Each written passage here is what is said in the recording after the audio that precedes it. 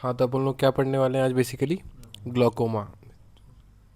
तो इसमें बेसिकली हो क्या रहा होगा, एक्वस ह्यूमर का प्रोडक्शन, मतलब बेसिकली देखो क्या होता है।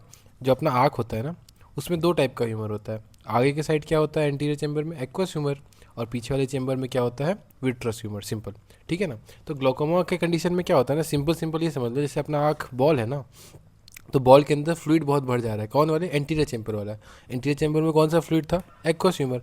तो एक्वस ह्यूमर बहुत ज़्यादा अपने अंदर बढ़ जा रहा है, और ये बढ़ जाएगा ना, तो देखो आसपास के स्ट्रक्चर को डैमेज करेगा। इसको, लेंस को दबाएगा, इसको दबाएगा, रेटिना को दबा रहा होगा, उसके पास जो ऑप्टिक नर्व होगा उसको भी दबा रहा होगा। बेसिकली सारे स्ट्रक्चर्स पे प्रेशर लगा रहा होगा, तो उस पर डैमेज होगा। तो देखो क्या है, ग्लोकोमा में क्या हो रहा है, एक्वस ह्यूमर बढ़ रहा है। बढ़ेगा कैसे?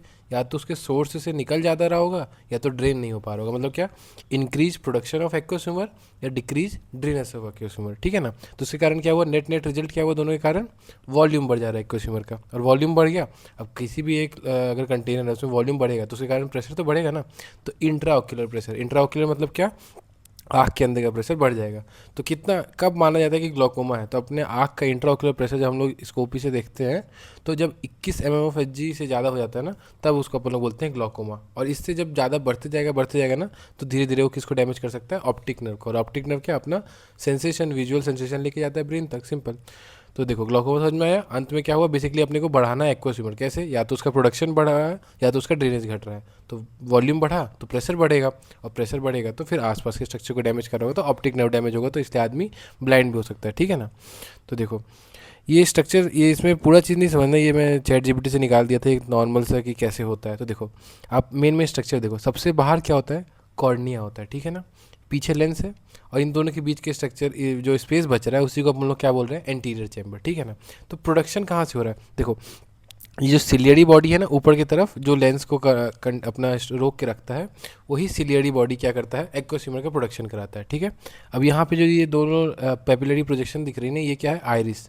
ये क्या करती है, अपने आई को कलर प्रोवाइड करती है। ये सब जानना जरूरी नहीं है, पर ये फ्लो समझ लोगे ना तो समझना आसानी हो जाएगा। तो देखो सिलियरी बॉडी क्या करता है, बेसिकली अपना एक्वस ह्यूमर बनाता है, वो एंटीरियर चैम्बर में आता है। और फिर देखो यहाँ पे दिख रहा होगा, यहाँ पे मेसवर्क दिख रहा है, सीधा सीधा सा दिख रहा है, उसको अपन लोग क्या बोल रहे हैं, ट्रेबिकुलर मेसवर्क। तो इसमें से चला जाता है। तो सिंपल से समझ में आया, यहाँ पे सिलियरी बॉडी से बना, एंटीरियर चैम्बर में आया, और एंटीरियर चैम्बर से ट्रेबिकुलर मेसवर्क से बाहर चला गया। सिंपल। तो वही दो मेसवर्क है, ट्रेबिकुलर मेसवर्क या फिर यूवियो सेक्रल आउटफ्लो, ठीक है ना। तो उसके थ्रू बाहर चला जाता है। तो इसमें देखो दो चीज़ है, एक तो मेसवर्क के थ्रू जा रहा है, और देखो यहाँ पे देखो आइरिस है और ये कॉर्निया है। तो इस दोनों के बीच के एंगल को अपन लोग क्या बोलेंगे, देखो ये दोनों लाइन बन रहा है, तो इन दोनों के बीच के एंगल को क्या बोलेंगे अपन लोग, इरिडो कॉर्नियल एंगल, ठीक है ना। तो अगर देखो, अगर ये भी दबने लग जाएगा ना, इरिडो कॉर्नियल एंगल, तो ये इसके पास जाने की जगह नहीं बचेगा, जगह नहीं बचेगा, तो यहाँ इकट्ठा होने लग जाएगा, इकट्ठा होने लग जाएगा, तो ग्लोकोमा हो जाएगा। सिंपल। तो देखो दो चीज़ हो सकता है, अभी अपन लोग यही वही चीज़ पढ़ रहे हैं यहाँ पे। तो अपना जो ग्लोकोमा होता है ना, वो दो टाइप का होता है। एक ओपन एंगल ग्लोकोमा, और एक होता है angle closure glaucoma. Open angle glaucoma मतलब क्या, जो मैंने बताया यहाँ पे इरिडो कॉर्नियल एंगल है ना, ये अफेक्ट नहीं हो रहा है। इरिडो कॉर्नियल एंगल अपना नॉर्मल है, दिक्कत कहाँ पे आ रहा है, ट्रेबिकुलर मेसवर्क में। तो देखो नॉर्मल ट्रेबिकुलर मेसवर्क था, जब अपना उम्र हुआ ना इंक्रीजिंग के साथ, इसकी पेटेंसी कम होने लगी। पेटेंसी मतलब क्या, कि इसके छः ज़्यादा बचे नहीं, वो ब्लॉक होने लग गया। तो decrease patency of trabecular network, तो डिक्रीज पेटेंसी हुआ, तो उसके कारण क्या हुआ, एक्वस ह्यूमर बाहर नहीं जा पाएगा, तो decrease outflow of aqueous humour. और एक्वस ह्यूमर बाहर नहीं गया तो अंदर वॉल्यूम बढ़ने लग जाएगा ना, तो increase volume of aqueous humour. तो ये अपना क्या होता है, ओपन एंगल। ओपन एंगल अपन ने क्यों बोला, क्योंकि यहाँ पे जो इरिडियो कॉर्नियल एंगल था वो बंद नहीं हो रहा, इसलिए ओपन एंगल ग्लोकोमा। दूसरा क्या है अपना, एंगल क्लोजर। नाम से समझ में आ रहा है, यहाँ पे एंगल क्लोज हो रहा होगा। देखो नॉर्मल इरिडियो कॉर्नियल एंगल था, उसका जब नैरोइंग हुआ तो क्या हुआ, नैरो इरिडियो कॉर्नियल एंगल हो गया, मतलब वो दब गया। और दब गया तो उसकी वजह से अब ट्रेबिकुलर मेसवर्क मान लो ठीक भी है, पर आपके पास जाने का रास्ता ही नहीं है, तो जाओगे कैसे। तो वही डिक्रीज आउटफ्लो हुआ एक्वस ह्यूमर का। अंत में क्या, वॉल्यूम बढ़ाना है, और वॉल्यूम बढ़ने से इंट्राओक्यूलर प्रेशर हो जाएगा। वही आई कंजेशन, मतलब आँख अच्छे से देख नहीं पा रहे होंगे, हेडेक हो रहा होगा। सिंपल। तो इसमें ये मेन था कि कारण क्या हो रहा है। तो ग्लोकोमा समझ में आया। अंत में अपने को क्या बढ़ाना है, एक्वस ह्यूमर बढ़ाना है। कैसे बढ़ाएंगे, या तो प्रोडक्शन को बढ़ाओ, या तो ड्रेनेज घट रहा है, दोनों की वजह से वॉल्यूम बढ़ा, वॉल्यूम बढ़ा तो प्रेशर बढ़ा, प्रेशर कितना बढ़ा, 21 एम एफ से ज़्यादा बढ़ा, और आसपास के स्ट्रक्चर को डैमेज किया। इसमें जानने के लिए जो आउटफ्लो होता है, दो चीज़ से रिलेटेड है, एक तो मेसवर्क और अपना इरिडोकॉर्नियल एंगल। अगर अपना मेसवर्क खराब हो रहा है तो उसको अपन लोग क्या बोलेंगे, ओपन एंगल ग्लोकोमा, क्योंकि एंगल में कोई अंतर नहीं आ रहा है। और अगर एंगल चेंज हो रहा है तो उसको अपन लोग क्या बोलेंगे, एंगल क्लोजर ग्लोकोमा, ठीक है ना।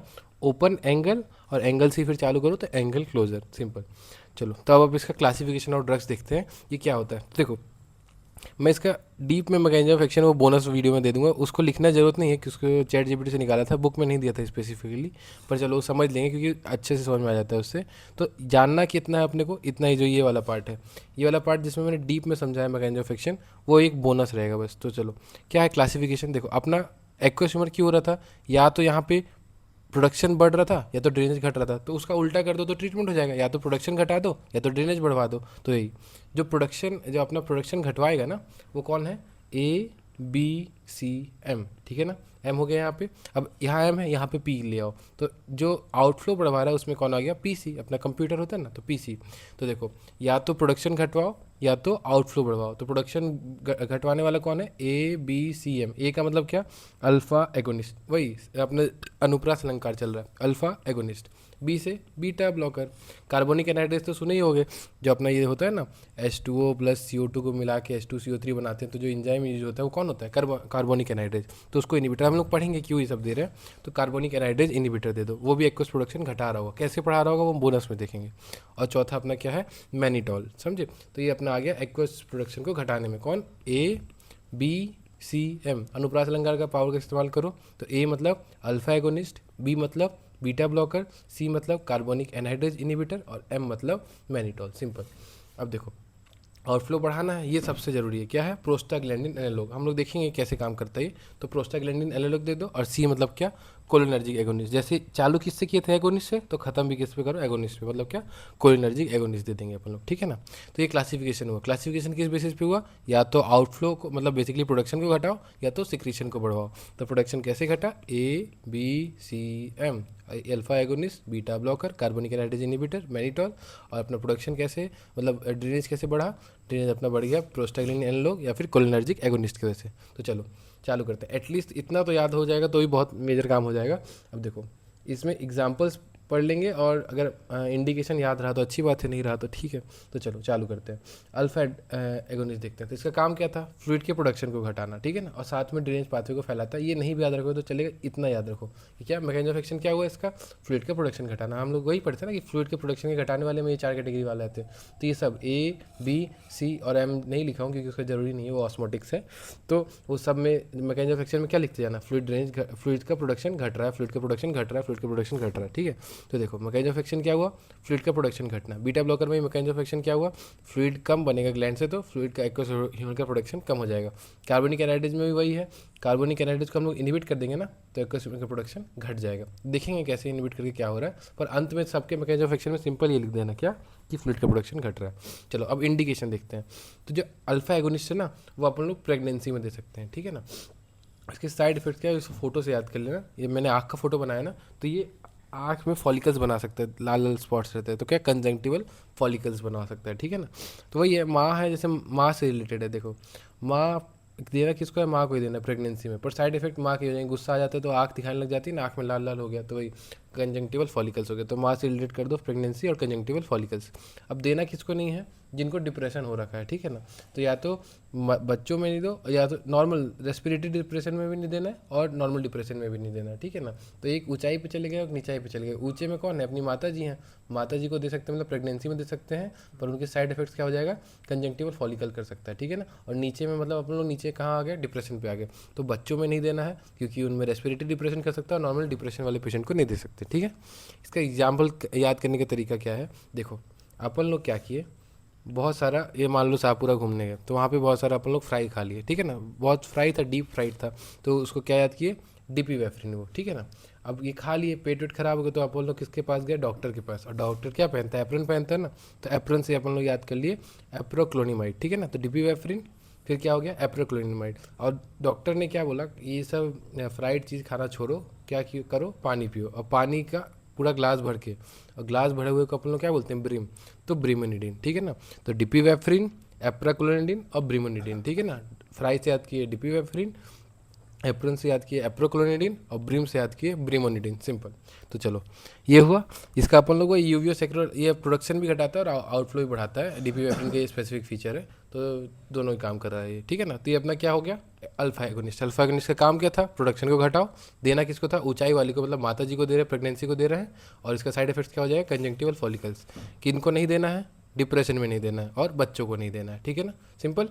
और इसके एग्जांपल अपन लोग देख लिए, फ्राई सीखा है डिपिवेफ्रिन, एप्रिन वाले के पास गया मतलब एप्रोक्लोनिडीन, और वो अपने को पानी पीने को बोला ब्रिम तक मतलब ब्रिमोनिडीन, सिंपल। अब अपना आते हैं बीटा ब्लॉकर, ये तो पढ़े हुए, इसका तो अपना पूरा डीप में भी पढ़ेंगे, तो इसका यहाँ पे अगर नहीं भी ध्यान देते तो चलेगा। इसका इतना ही समझ लेना कि मैकेनिज्म ऑफ एक्शन क्या है, एक्वस ह्यूमर का प्रोडक्शन घटा रहा होगा, सिंपल। इसके साइड इफेक्ट्स क्या होते हैं, जैसे उसका साइड इफेक्ट क्या था, कंजंक्टिवल फॉलिकल्स, तो इसके साइड इफेक्ट्स क्या होंगे, एक आँख वाला साइड इफेक्ट क्योंकि आँख में देना है अपन लोग, और एक अगर वो आँख से जो ब्लड वेसल जा रहा है वो अगर पूरे सिस्टम में फैलेगा तो वहाँ वहाँ साइड इफेक्ट्स कराएगा। तो देखो आँख में क्या क्या करा रहा होगा ये वो है जैसे कंजंक्टिवल फॉलिकल्स है ना, उसी से रिलेटेड है, एलर्जिक ब्लेफरोकंजंक्टिवाइटिस। अब आपको ये बताना है, ये देखो क्वेश्चन मार्क इसलिए मैं लगा के रखा हूँ, ब्लेफरोकंजंक्टिवाइटिस क्या होता है, ठीक है ना। दूसरा, अब आँख में ही दे रहे हैं तो वही ब्लड विजन होगा और वहाँ के रिसेप्टर से बाइंड कर रहा होगा, वहाँ पे सेंसेशन लॉस करा रहा हो सकता है, तो कॉर्नियल हाइपोथीसिया, मतलब बेसिकली सब नहीं कराते ये साइड इफेक्ट्स, ये कौन कराता है, प्रोपेनोलॉल, ठीक है ना। तो प्रोपेनोलॉल अपने को नहीं देना है क्योंकि कॉर्नियल हाइपोथीसिया करा सकता है, वहाँ का लॉस ऑफ सेंसेशन करा सकता है, इसलिए ग्लॉकोमा में कभी भी बीटा ब्लॉकर दे सकते हैं लेकिन प्रोपेनोलॉल नहीं देना अपने को, ठीक है। सिस्टमिक देखते हैं, तो देखो वहाँ से गया, अब वो हार्ट पे बाइंड करेगा, अब हार्ट में जो बीटा था, बीटा का काम होता है हार्ट रेट बढ़वाना, पर ये बीटा ब्लॉकर दे रहे हैं तो हार्ट रेट, तो ब्रोंको मतलब ये ब्रोंको स्पाजम की बात कर रहा हूँ ना, हाँ रुको, तो ब्रोंको स्पाजम इसमें मतलब क्या हो रहा है बेसिकली, यहाँ पे ये अपना बीटा रिसेप्टर बाइंड कर रहा होगा और उसका काम था रिलैक्सेशन कराना बीटा का, पर अपन लोग क्या बीटा ब्लॉकर दे रहे हैं तो वो ब्रोंकोस्पाज्म करा देता है, समझे। इसलिए अपन लोग इसको किस में नहीं देते हैं, अस्थमा में नहीं देते हैं। और हार्ट में क्या होगा, हार्ट में बेसिकली बीटा रिसेप्टर होता है ना, बीटा रिसेप्टर का काम क्या होता है, हार्ट रेट बढ़ाना, लेकिन अपन लोग ने क्या दे दिया, बीटा ब्लॉकर, तो हार्ट रेट घट जाएगा, मतलब ब्रेडिकार्डिया और बहुत घट गया तो फेलियर और ब्लॉकेज में जा सकता है, सिंपल। तो साइड इफेक्ट में अगर कन्फ्यूजन हो रहा हो तो ये समझ लो, आँख में देख रहे हैं ना, यहाँ कंजंक्टिवा याद किए थे ना, तो एलर्जिक ब्लेफरोकंजंक्टिवाइटिस, कंजंक्टिवाइटिस। दूसरा आँख में दे रहे हैं, दिख नहीं पा रहा होगा तो अपना क्या होगा, ब्लड विजन। और ये स्पेसिफिक है क्या, प्रोपेनोलॉल से एसोसिएटेड क्या है, कॉर्नियल हाइपोथीसिया, सिंपल। सिस्टमिक में क्या हुआ, अगर वो ब्रोंकस में गया तो वहाँ पे ये कॉन्स्ट्रिक्शन लग जाएगा, ब्रोंकोस्पाज्म, और हार्ट में तो सिंपल समझ में आ गया, हार्ट रेट को घटा रहा है, तो इसीलिए।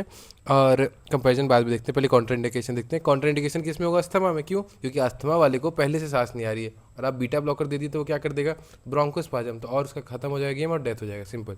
तो इसलिए अपने को अस्थमा में ये नहीं देना होता। जैसे ये इसका कॉन्ट्राइंडिकेशन क्या था, डिप्रेशन में नहीं देना था, बच्चों को नहीं, ऊंचाई और नीचाई किए थे ना इसमें, तो वैसे इसमें किस में नहीं देना है, अस्थमा में नहीं देना है, सिंपल। इसका कंपैरिजन क्या है, ये सिंपल सी बात है, ये मियोटिक्स जो है ना, मियोटिक्स से क्या कंपैरिजन, मियोटिक्स क्या है, प्यूपिल को डायलेट भी करवाता है इसके चक्कर में, ग्लूकोमा को ठीक करने के चक्कर में, जबकि इसमें प्यूपिल को डायलेट नहीं कराता है, सिंपल प्रोडक्शन को घटाता है और ठीक कर देता है, वो कंपैरिजन है मियोटिक्स से। वो इतना ज़रूरी नहीं है, आप अगर ये लिख ले रहे हो ना साइड इफेक्ट्स और ये कॉन्ट्राइंडिकेशन तो चल जाएगा। तो स्पेसिफिक बीटा ब्लॉकर अपने को याद करना है ना, तो ये वही अपना कार्डियो सेलेक्टिव वाला देख सकते हैं, जैसे कि कौन सा, जैसे कि देखो मेट्रो में बैठते थे ना अपन लोग, तो क्या था, मेट्रोप्रेनोलॉल, फिर क्या, मेट्रो में अपना बेटा भी रहेगा, मतलब मेट्रो था, फिर उसके बाद टीमोलॉल उसके ऊपर वाला था, क्लास 2 कैटेगरी 2, ये अपन लोग क्या बोलते हैं, बीटा ब्लॉकर वाला जब वीडियो बनाएंगे तब भी अच्छे से समझाएंगे। तो देखो ये इतना याद कर लो, जो टीम है ना वो किस में बैठा है, मेट्रो में, तो क्या टीमोलॉल, मेटिप्रेनोलॉल, और क्या उसका बेटा भी बैठा तो बेटेक्सोलॉल, ठीक है ना। तो टीमोलॉल, मेटिप्रेनोलॉल और बेटेक्सोलॉल, ये इसका एग्जांपल हो गया, सिंपल। प्रोपेनोलॉल मत लिखना, कुछ भी लिख देना, प्रोपेनोलॉल मत लिखना, क्योंकि वो क्या करा रहा था, कॉर्नियल हाइपोथीसिया, सिंपल। तो अपना दो पार्ट हो गया, अल्फा एगोनिस्ट और बीटा ब्लॉकर। कुछ नहीं याद हुआ तो मैकेनिज्म ऑफ एक्शन तो याद हुआ ही होगा कि ये प्रोडक्शन घटा रहा है, ये भी प्रोडक्शन घटा रहा है। एग्जाम्पल कैसे याद किए थे, फ्राई एप्रन वाले के पास गए, उसने पानी भर के दिया ब्रिम तक, मतलब क्या, डिपिवेफ्रिन, एप्रोक्लोनिडीन और ब्रिमोनिडीन, सिंपल। अब इसका अपन लोग देखते हैं क्या, बीटा ब्लॉकर। तो बीटा ब्लॉकर में अपन लोग ने क्या था, टीम किस पे चढ़ा था, मेट्रो पे, तो टीमोलॉल, मेटिप्रेनोलॉल, उसका बेटा भी चढ़ा था मतलब बेटेक्सोलॉल, सिंपल। इसको किस में नहीं देना था अपने को, डिप्रेशन में नहीं देना था, इसको किस में नहीं देना था, अस्थमा में देना था, इसको किसके लिए दिया जा सकता है, प्रेगनेंसी में दिया जा सकता है। इसका साइड इफेक्ट्स क्या क्या है, ऑक्यूलर और सिस्टमिक, सिंपल। चलो अब कार्बोनिक एनाइड्रेज पे आते हैं, ठीक है ना। तो कार्बोनिक एनाइड्रेज क्या है, बेसिकली इसका यूज़ होता है एक्वस ह्यूमर बनाने में, तो अगर इसको इनहिबिट कर दिए तो एक्वस ह्यूमर नहीं बनेगा तो ठीक हो जाएगा, तो इसलिए इसको किस में दे सकते हैं, सी से कार्बोनिक एनाइड्रेज इनहिबिटर, सी से चिल्ड्रन, तो बच्चों को दे सकते हैं, ये बच्चों को नहीं देना था, ये बच्चों को दे सकते हैं, सिंपल। तो इसका एग्जांपल क्या है, एसिटाजोलामाइड तो पढ़े भी होगी, ये डायरेटिक्स के अंदर भी अपन लोग पढ़ते हैं, तो एसिटाजोलामाइड। उसके बाद दूसरा क्या है, देखो ब्रिंजल से क्या याद कर सकते हैं अपन लोग, ब्रिंजोलामाइड। डोर से क्या याद कर सकते हैं, डोरजोलामाइड, सिंपल। तो चलो याद हो गया, ये अमाइड अमाइड ही रहता है, कार्बोनिक एनाइड्रेज इनहिबिटर क्या कर रहा है, कार्बोनिक एनाइड्रेज को इनहिबिट कर रहा है तो प्रोडक्शन घट रहा है। सी से कार्बोनिक एनाइड्रेज इनहिबिटर देंगे किसको, चिल्ड्रन को देंगे, सिंपल। जोलामाइड जोलामाइड जोलामाइड है, एसिडाजोलामाइड, ब्रिंजोलामाइड, डोरजोलामाइड। फिर अपन लोग देखते हैं क्या ए बी सी है, एम मैनिटॉल होता है, वो उसका काम करता है। देखो ये सिंपल सा बताता हूँ ऊपर ऊपर से। ब्लड में अगर हम लोग खाएं मैनिटॉल खाएं, ब्लड में मैनिटॉल आया, मैनिटॉल की क्या प्रॉपर्टी होती है, पानी को खींचना। तो जैसे मान लो आँख के पास से ब्लड वेसल जा रहा है, ठीक है, ये मैनिटॉल है ब्लड में, तो आँख के पानी को अपने अंदर खींच रहा होगा। तो अगर पानी कम हुआ तो एक्वस फीवर कम होगा, और एक्वस फीवर कम होगा तो प्रेशर कम होगा, तो ठीक हो जाएगा ग्लोकोमा। सिंपल इतना सी होता है। तो मैनिटॉल को अपन लोग अगर कुछ लिखना भी होगा ना तो उसके अंदर लिख लेना, किसके अंदर, ऑस्मोटिक डाययूरेटिक्स के अंदर। चलो फिर ये हो गया, तो ए हो गया, बी हो गया, सी हो गया, ठीक है ना। ये सब इनका काम क्या था, प्रोडक्शन को घटाना। अब अपना पीसी वाला पार्ट हो गया, इनका काम क्या है, आउटफ्लो को बढ़ाना। तो देखो आउटफ्लो कौन कौन बढ़ा रहा है, एक तो प्रोस्टाग्लैंडिन एनालॉग, और ये अपना क्या है, कोलिनर्जिक एगोनिस्ट, ठीक है ना। तो देखो ये वही प्रोस्टाग्लैंडिन एनालॉग प्रोस्टाग्लैंडिन रिसेप्टर से बाइंड करता है और यूवी सेपरेट आउटफ्लो को बढ़वा देता है, ठीक है ना। तो इसलिए अपना आउटफ्लो बढ़ गया तो अपना ठीक है, आउटफ्लो बढ़ गया तो अपना वो ठीक हो जाता है, अपना क्या ग्लोकोमा ठीक हो जाता है। तो देखो इसको अपन लोग कहाँ दे सकते हैं, ओपन एंगल ग्लोकोमा भी पढ़ा के है ना, open angle glaucoma, angle closure glaucoma. तो कहाँ दे सकते हैं इसको, open angle glaucoma, normal tension glaucoma, मतलब ज़्यादा बढ़ा नहीं है तो ये इसको इनिशियल स्टेज में अपन लोग आराम से दे सकते हैं, सही चीज़ होता है। और वो चीज़ अपन लोग प्रेगनेंसी में दे रहे थे, कौन, अल्फा एगोनिस्ट। तो ये वाला पी वाला प्रेगनेंसी में नहीं देना होता, याद रखना। पी से प्रोस्टाग्लैंडिन, पी से नहीं देना इसको, प्रेगनेंसी में नहीं देना, ठीक है ना। क्यों, क्योंकि ये सर्वाइकल इनकॉम्पिटेंसी कर सकते हैं, मतलब क्या, सर्विक्स अच्छे से डेवलप नहीं होगा, तो सर्वाइकल इनकॉम्पिटेंसी, ठीक है। तो ये अपना क्या हो गया, प्रोस्टाग्लैंडिन एनालॉग। ये क्या किया, यूवी सेक्रेल आउटफ्लो बढ़वाया तो अपना ठीक हो गया, प्रेशर घट गया। इंडिकेशन क्या था, ओपन एंगल ग्लोकोमा। और कॉन्ट्रा इंडिकेशन पी से पी, मतलब क्या, प्रेगनेंसी में नहीं देना है, याद रखो। कन्फ्यूजन हो सकता है कि पी से ये याद कर लोगे कि प्रेगनेंसी में देना है, नहीं देना है, उल्टा करना है, उल्टा करना है, बार बार याद करो। फिर अपना क्या एग्जाम्पल देखो, तो ये मैंने एक बीमार आदमी का फोटो लगा दिया ना, तो बीमार से अपन लोग क्या याद कर सकते हैं, बिमेटोप्रोस्ट। और बीमार आदमी को क्या आता रहता है, ज़्यादातर हगने जाता है, मतलब क्या, लेटरिंग, मतलब लेटेनोप्रोस्ट। तो बिमेटोप्रोस्ट और लेटेनोप्रोस्ट, सिंपल समझ में आया ना। चलो इसके साइड इफेक्ट्स रटना है तो रटो, नहीं तो छोड़ सकते हो कि आइरिस का पिगमेंटेशन और पी से पेन इरिटेशन, सिंपल, इसको छोड़ सकते हो अगर छोड़ना है तो। पर एटलीस्ट नाम याद होना चाहिए। नाम क्या है, बीमार आदमी से, बिमेटोप्रोस्ट और लेटेनोप्रोस्ट। तो हम लोग वापस जाते हैं, कितने ड्रग्स पढ़े, अल्फा एगोनिस्ट पढ़े, उसमें अपन लोगों ने क्या किया, फ्राई किया, डिपीवेफ्रिन, एप्रिन के पास गए, एप्रोक्लोनिडीन, ब्रिम वाला पानी, ब्रिमोनिडीन। बीटा ब्लॉकर में अपन लोगों ने क्या किया, टीम भाई को बैठाया, टीमोलॉल, मेट्रो में बैठे मेटिप्रेनोलॉल, और वो उनका बेटा भी बैठा था, मतलब बेटेक्सोलॉल, ठीक है। अपना कार्बोनिक एनाइड्रोजन इनहिबिटर में अपन लोगों ने अमाइड का इस्तेमाल किया, एसिटाजोलामाइड, ब्रिंजोलामाइड, डोरजोलामाइड, सिंपल। फिर अपन लोग प्रोस्टाग्लैंडिन एनालॉग देखें, उसमें क्या, बीमार आदमी को उठाए, मतलब क्या, बिमेटोप्रोस्ट और लेटेनोप्रोस्ट, सिंपल। फिर लास्ट में अपना आता है क्या, कोलिनर्जिक एगोनिस्ट। ये भी वही क्या कराता है, यूवी सेक्रेल आउटफ्लो बढ़ाता है, तो वही कोलिनर्जिक रिसेप्टर बाइंड करता है, तो प्यूपिल कॉन्स्ट्रिक्ट होती है। देखो कहाँ है अपना प्यूपिल, ये देखो, ये आइरिस है, ये प्यूपिल है, तो इसको खिंचवा देता है, इधर साइड आ जाता है, तो ये बढ़ जाता है, तो ये आराम से यूवी सेक्रेल आउटफ्लो। देखो कॉन्स्ट्रिक्ट होने का मतलब समझते हो, आइरिस अपने इस साइड आएगा तभी तो ये प्यूपिल है, तो ये कॉन्स्ट्रिक्ट हो रहा है, ये कॉन्स्ट्रिक्ट हो रहा है, तो ये वाला जगह बच रहा है, ये बच रहा है, तो अपना आराम से आउटफ्लो बढ़ जाएगा, सिंपल। तो प्रोस्टाग्लैंडिन ये अपना कोलिनर्जिक एगोनिस्ट प्यूपिल को अपना कॉन्स्टिट्यूट करा के अपना आउटफ्लो बढ़वा देता है। इसका एग्जांपल क्या है, मैंने सेफ्टी पिन का यूज़ किया ना, तो पिन से याद कर लो, पाइलोकार्पिन, ठीक है ना, पाइलोकार्पिन, कार्बाकॉल। चलो तो ये अपना खत्म हो गया मेन। अब अपना बोनस पार्ट पे जाएंगे। ड्रग्स का नाम तो अपन लोग रिवाइज कर लिए। ये तीन जो थे वो क्या करा रहे थे, प्रोडक्शन घटा रहे थे, और ये दो क्या करा रहे थे, आउटफ्लो को बढ़ा रहे थे। अब देखो बोनस वीडियो पे देखते हैं कि क्या क्या करा रहा था। अपन लोग पहले अल्फा पे चलते हैं। अल्फा एगोनिस्ट था ना, एग्जाम्पल क्या क्या था, फ्राई था, एप्रन था, और क्या था, ब्रिम तक था। फ्राई से क्या याद किया, डिपीवेफ्रिन, एप्रन से क्या याद किया, एप्रोक्लोनिडीन, और ब्रिम से क्या याद किया, ब्रिमोनिडीन। तो देखो अल्फा क्या होता है, जैसे अल्फा रिसेप्टर है ना, जो उस पर एड्रेनलिन बाइंड करता है ना, देख अल्फा एनालॉग भी दे रहे हैं, वो भी एड्रेनलिन की तरह ही होगा। तो देखो ये जब बाइंड करेगा ना, तो एक एंजाइम होता है एड्रेनल साइक्लेज, उसको इनिबिट करता है। अब जब ये आग के अंदर एड्रेनल साइक्लेज इनिबिट हुआ ना, तो एड्रेनल साइक्लेज का काम था साइक्लिक एमपी बढ़ाना, तो ये घट जाएगा, तो साइक्लिक एमपी घटा तो पंप की एक्टिविटी घटी, आयन पंप की, तो आयन पंप की एक्टिविटी घटी तो आयन कम आएंगे, और आयन कम आएंगे तो फ्लूइड भी कम आएगा, तो उसके कारण से अपना एक्वस कम बनेगा, सिंपल। तो अगर इसको अल्फा रिसेप्टर को आपको याद करना है ना, तो ए से अल्फा रिसेप्टर, ए से एड्रेनल साइक्लेज, ए से साइक्लिक एमपी, तो वही तीनों ए वाले चल रहे हैं। और जब ये इनका एक्टिविटी घटा तो पंप की एक्टिविटी कम हुई, तो आयन कम आए, तो अपना 21 में कम होना, ये ए वाला हो गया। बी से क्या, बीटा रिसेप्टर। तो देखो अपन लोग अल्फा एगोनिस्ट दे रहे थे, मतलब एड्रेनलिन जैसे कुछ दे रहे होंगे जो इससे बाइंड करके काम कर दे रहा है। बीटा में ब्लॉकर दे रहा है, तो देखो नॉर्मली क्या होता है, बीटा रिसेप्टर है, उस पर एड्रेनलिन बाइंड करता है तो साइक्लिक एमपी बढ़ता है, और साइक्लिक एमपी बढ़ेगा तो आयन की पंप की एक्टिविटी बढ़ेगी। यहाँ पे देखो अल्फा रिसेप्टर बाइंड करने से इनिबिट हो रहा था एड्रेनलिन साइक्लेज, यहाँ पे उसके कारण साइक्लिक एमपी घट रहा था, जबकि बीटा रिसेप्टर क्या कराता है, साइक्लिक एमपी बढ़ाता है। और अगर वो बढ़ेगा तो आयन का पंप की एक्टिविटी बढ़ेगा, आयन ज़्यादा बनेंगे तो उसके पीछे पीछे पानी आएगा, और पानी आएगा तो एक्वस ह्यूमर बनेगा। इसीलिए हम लोग अल्फा का एगोनिस्ट दे रहे हैं क्योंकि वो साइक्लिक एमपी घटा रहा है, जबकि बीटा का ब्लॉकर दे रहे हैं क्योंकि वो साइक्लिक एमपी बढ़ा रहा है। अपने को बढ़ाना नहीं है, अपने को घटाना है, सिंपल। तो अल्फा एगोनिस्ट समझ में आ गया, बीटा ब्लॉकर समझ में आ गया। कुछ नहीं याद हो तो ये समझ लेना कि इसमें अपने को साइक्लिक एमपी घटाना है, इसमें साइक्लिक एमपी बढ़ रहा था तो उसको घट करने के लिए बीटा ब्लॉकर दे दिया, सिंपल। तीसरा क्या है, कार्बोनिक एनाहाइड्रेज। तो देखो एक रिएक्शन होता है जो अपन लोग वहाँ पे पढ़े रेस्पिरेशन में, H2O + CO2 H2CO3 बनता है, और H2CO मतलब ये भी कार्बोनिक एनाहाइड्रेज से अपना गेटलाइज रहता है, और फिर H2CO3 को H+ और SCO3- में कौन कन्वर्ट कर देता है, कार्बोनिक एनाहाइड्रेज ही, ठीक है ना। तो देखो ये जो कार्बोनिक एनाहाइड्रेज है ना, जब SCO3- बन गया, ये क्या करता है, सोडियम और पानी को अपनी तरफ अट्रैक्ट करता है। तो अट्रैक्ट करेगा तो पानी खिंचाया, फिर वो एक्वस ह्यूमर बढ़ जाएगा अपने अंदर। तो अपन लोग इसका इनिबिटर दे दिए तो SCO3- नहीं बनेगा, नहीं बनेगा तो ये सब खिंचाएगा नहीं, तो एक्वस ह्यूमर ठीक हो जाएगा, सिंपल। तो अपन लोग ने ABC देख लिया। तो ये अपना इन के कारण क्या प्रोडक्शन घटा। अल्फा कैसे घटा रहा था, साइक्लिक एमपी को घटा के, सिंपल। बीटा कैसे किया, बीटा ब्लॉकर दिया हम लोग क्योंकि वो एमपी बढ़ाया था, ये एमपी घटाया, आयन का पंप का एक्टिविटी कम हुआ, आयन कम आया तो वाटर कम आया, सिंपल। और ये ABC हो गया। अब प्रोस्टाग्लैंडिन एनालॉग देख लेते हैं। तो प्रोस्टाग्लैंडिन एनालॉग क्या करता है, देखो जब प्रोस्टाग्लैंडिन एनालॉग दिया मतलब वो प्रोस्टाग्लैंडिन जैसे काम कर रहा होगा, रिसेप्टर पे उसके बाइंड करेगा। जब बाइंड करेगा ना, देखो क्या हो रहा है, बेसिकली सिंपल से यहाँ सेल का गेम चल रहा है। ये प्रोस्टाग्लैंडिन जो होता है वो मीडिएटर की तरह काम करता है। तो देखो ये अपना मान लो सेल है, ठीक है ना, इसमें प्रोस्टाग्लैंडिन आया तो इसमें क्या होता है, मैट्रिक्स मेटिलो प्रोटीनेज बढ़ जाते हैं। मतलब क्या, ये जो अपना एंजाइम है ना तोड़ने वाले, बढ़ जाते हैं। तो क्या होता है, जैसे मान लो देखो ये 2 सेल है, ये 2 सेल के बीच में स्पेस कम है, ट्रेबिकुलर मेसवर्क अपना छोटा है, ठीक है ना। जब अपन लोग ने ये दिया ना प्रोस्टाग्लैंडिन एनालॉग, तो ये पतला हो गया, तो यहाँ पे आउटफ्लो बढ़ जाएगा। ये जो एंजाइम है ना, मतलब बेसिकली कुछ नहीं याद हो रहा है ना, तो जब रिसेप्टर से बाइंड हुआ ना तो यहाँ पे रीमॉडलिंग हो जा रहा है, सिंपल से ये याद कर लो क्या क्या हो जा रहा है, रीमॉडलिंग। और रीमॉडलिंग हो जा रहा है तो उसके कारण क्या हो जा रहा है, स्पेस बढ़ जा रहा है, दोनों के बीच का स्पेस बढ़ जा रहा है तो आउटफ्लो बढ़ जा रहा है, सिंपल। ये अगर कन्फ्यूजिंग हो रहा हो तो छोड़ दो क्योंकि बोनस वाला पार्ट है, मेन यहीं तक अपने को याद करना था, सिंपल। तो ग्लाइकोमा क्या हुआ, जिसमें इंट्राओक्युलर प्रेशर बढ़ रहा था, क्यों, क्योंकि वॉल्यूम बढ़ रहा था। वॉल्यूम क्यों बढ़ रहा था, या तो प्रोडक्शन बढ़ रहा था तो ड्रेनेज घट रहा था। तो अपने को उसका उल्टा करना है, मतलब या तो प्रोडक्शन को घटा दो या तो ड्रेनेज को बढ़ा दो। प्रोडक्शन को घटाने के लिए कैसे किए, ABCM बढ़ाए कैसे, आउटफ्लो P और C।